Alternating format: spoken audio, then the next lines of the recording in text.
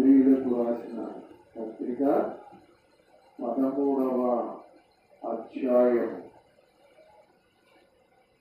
హెబ్రీయులకు రాసిన పత్రిక 13వ అధ్యాయం.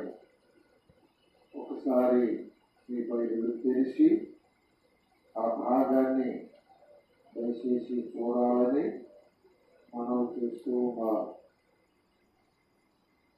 వివాహము అన్ని విషయములలో ఘనమైనది.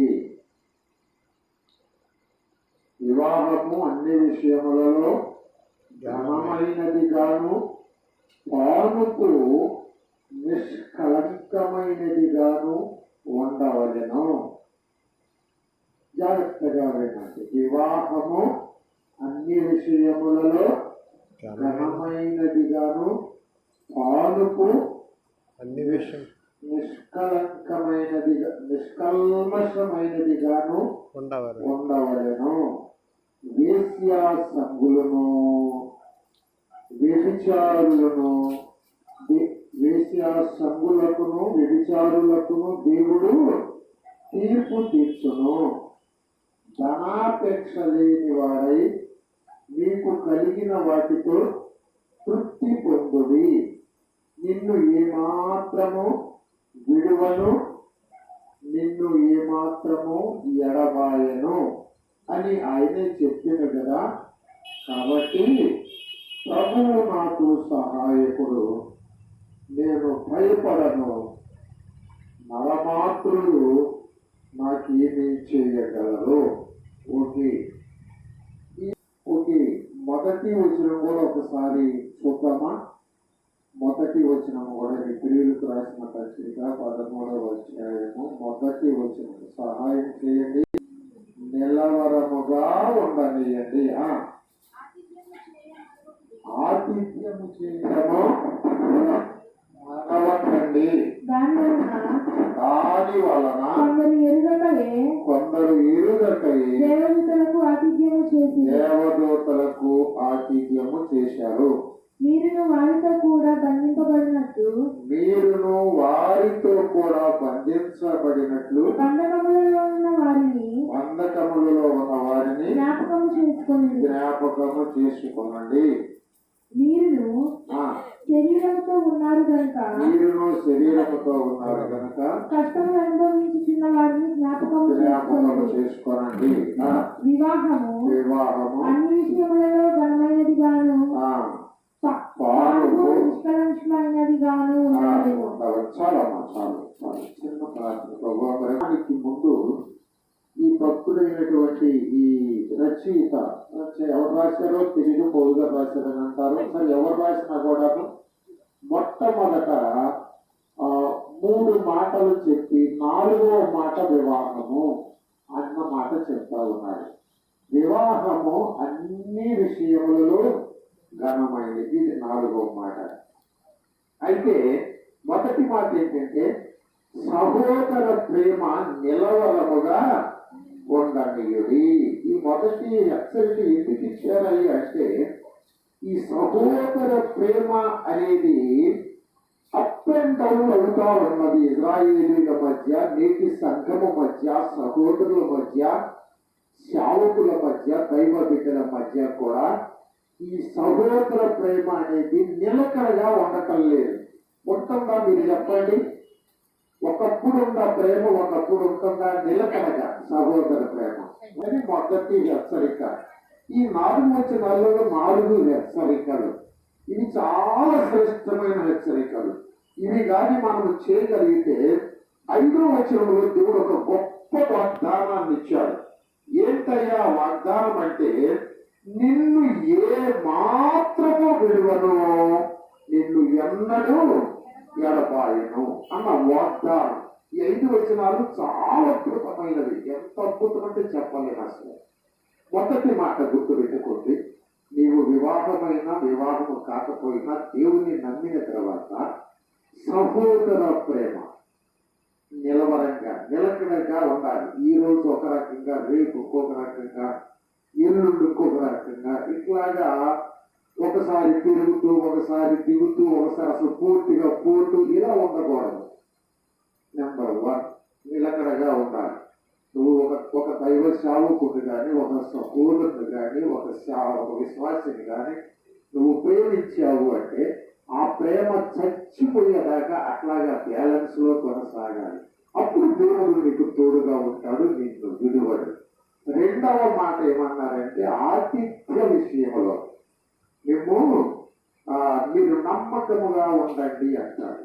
ఆతిథ్యం నీ ఇంట్లో ఒక దైవజనుడు కానీ ఒక సహోదరుడు కానీ లేదా ఒక దిక్కులేని అనాథ కానీ నీ ఇంటికి వచ్చి నీ ఎంత అడుగు పెట్టినప్పుడు ఎలాంటి వారైనా కూడా వారికి నీ చేతైనంత వరకు ఉగ్గినడు మంచినీళ్ళు ఒక ముద్ద అన్నమో నీ ఇంట్లో ఉన్న ఒక కాయో ఫలమో నీ దగ్గర ఉన్నటువంటిది ఏదో కొంచెం చేతులు పెట్టి వెళ్ళటం వలన నీవు గొప్ప ఆశీర్వాదాన్ని పొందుతావు. ఇది రెండవది ఆతిథ్యం అనేది. ఇందులో అన్యులు చాలా అద్భుతంగా చేస్తారు ఆతిథ్యం అనేది. అటు పర్వటికి వెళ్ళేదినా లేకపోతే మన రాష్ట్రాల్లో కూడా కోయల సైడ్ వెళ్తే వాళ్ళు దూర ప్రాంతం వచ్చినప్పుడు ఏం చేస్తారంటే కాళ్ళు కడుపుతానికి నీళ్లు కుచ్చేసి కూర్చోబెట్టి వాళ్ళు ఒక బేసిన్ తీసుకొని గోరువెచ్చని నీళ్ళతో కాళ్ళని వాళ్ళే కడిగేస్తారు శుభ్రంగా. కొండల నుంచి చాలా దూరం నడుచుకుంటూ వస్తారు కనుక ఆ కాళ్ళు ఒత్తి ఒత్తి ఒత్తి ఒత్తి మరీ కడిగి ఆతిథ్యం ఇస్తారు. అన్య జనులు దేవుణ్ణి ఎరగని వారు విగ్రహారాధికులు మన క్రైస్తవుల కంటే ఆతిథ్యం ఇచ్చే విషయంలో అన్య జనులే చాలా ముందున్నారు. ఇంటికైతే చాలా మర్యాద చేస్తారు. చాలా రెండవది ఆతిథ్యం ఇవ్వటము మర్చిపోతున్నారు. ఒక్కొక్కసారి తెలియకుండా దేవుడే ఇంటికి వచ్చేస్తాడంట. దేవుడే కొంతమంది తెలియకే దేవలోతులకు ఆతిథ్యం ఇచ్చారు అని ఉంటది. అంటే అబ్రహాము ఆతిథ్యం ఇచ్చాడు కదా, ఆ ఎండవేళ వారు వచ్చినప్పుడు వెంటనే వాళ్ళకి ఆతిథ్యం ఇచ్చినప్పుడు ఆ కొరత తీర్చి ఆ బిడ్డలను ఇచ్చాడు అబ్రహాముకి దేవుడు ముందరి దగ్గర ఉన్న సింధూర వనంలో. తెలియకే ఆతిథ్యం ఇచ్చి వారు ఆశీర్వాదం పొందారు. నీ ఇంటికి ఎవరి రూపంలో వస్తారో ఆ దేవుడు నిన్ను పరీక్షించడానికి, నీలో ఈ లక్షణం ఉన్నదో లేదో తెలుసుకోవటానికి నీ ఇంటికి ఎప్పుడైనా ఏ రూపంలోనే ఒక సేవకుడో ఒక సహోదరు ఒక విశ్వాసం ఒక భిక్షగాడో ఒక దిక్కులేని అనాథో లేదా దూర ప్రాంతం నుంచి ఒక దైవజనుడు సహోదరు ఎవరో ఒక రూపంలో ఇంటి అడుగు పెడతారు, నీవు ఆశీర్వాదాన్ని కోల్పోతావు. మూడవది ప్రభువు కొరకు శ్రమలలో ఉన్న వారిని బంధకములో ఉన్న వారిని జ్ఞాపకం చేసుకోవాలి. ఇది మూడవ హెచ్చరిక. ప్రభువు కొరకు సేవ చేసే వాళ్ళు శ్రమలో ఉన్నారనుకోండి, బాధల్లో ఉన్నారనుకోండి, జైల్లో ఉన్నారనుకోండి, వారిని మీరు జ్ఞాపకం చేసుకోవాలి. ఎలా జ్ఞాపకం చేసుకోవాలంటే మీరు వారితో కూడా బంధకములో ఉన్నట్టుగా భావించి జ్ఞాపకం చేసుకోవాలంట. నీ సహోదరుడు నీ సేవకుడు నీతోటి దైవ బిడ్డ ఒకవేళ బాధలో ఉన్నప్పుడు నువ్వు వాడిని ఎలా జ్ఞాపకం చేసుకోవాలంటే ఆ బాధ నీకే వచ్చినట్టుగా జ్ఞాపకం చేసుకోవాలంట. హల్లెలూయా. నీకు వస్తే నువ్వు ఎంత బాధపడతావు, నువ్వెంత సమస్య, ఆ బాధ నాకే వచ్చిందన్నట్టుగా వాడిని మనం జ్ఞాపకం చేసుకుని వారి కొరకు ప్రార్థన చెయ్యాలంట. ఏమండి?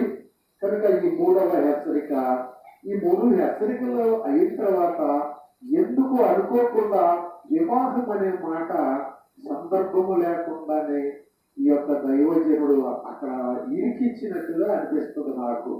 ఎందుకంటే ఇక్కడ ప్రేమ నిలవరంగా ఉండనిమన్నాడు. రెండవది ఆతిథ్యం ఇవ్వండి, దేవదూతలకి దేవుడికి చేసినట్టు ఒక్కోసారి తెలియకుండా మీరు అలా చేస్తారు అన్నాడు. మూడవది బాధల్లో శ్రమంలో ఉన్న వారిని జ్ఞాపకం చేసుకుని మీరు కూడా అలాగే ఉన్నారని తలంచి వారిని గురించి ప్రార్థన చేయండి అన్నారు. కానీ ఇక్కడికి వచ్చేసరికి నాలుగో హెచ్చరిక వివాహాన్ని పెట్టాడు. ఇవన్నీ ఎందుకు పెట్టాడు అంటే నేనండి ఇజ్రాయేలీల్లో ఇవి లేవు. ఆ దినాలలో ఇజ్రాయేలీల్లోనే కాదు, ఈ దినాలలో కూడా క్రైస్తవులలో ఇవి లేవండి. క్రీస్తు జరిగిన వారిలో ఇవి లేవు. దీని కారణాన వాళ్ళు గొప్ప ఆశీర్వాదాలు దేవుణ్ణి కూడా కోల్పోతున్నారు అని హెచ్చరిస్తా ఉన్నాడు. Praise the lord. Hallelujah. Great failures అని చెప్పాలి. అది గొప్ప ఫెయిల్యూర్స్, విఫలమైపోయాయి రెండు విషయాల్లో కూడా. ఎప్పుడైతే రెండు విషయాల్లో వివాహ విషయంలో ఒకటి రెండవది పాటు విషయంలో రెండు. ఈ రెండు విషయాల్లో మానవ జాతి ఫెయిల్ అయిపోవటం వలన మానవ జాతి అంత శాపానికి గురైపోయిందండి. శాపానికి గురైపోవడానికి రెండు కారణాలు. చాలా జాగ్రత్తగా మీరు వినాలని మనం చేస్తున్నాం.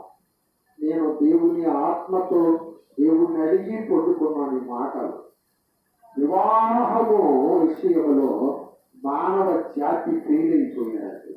దానికి ఆ కారణాన కుటుంబానికి శాపం వచ్చేసింది.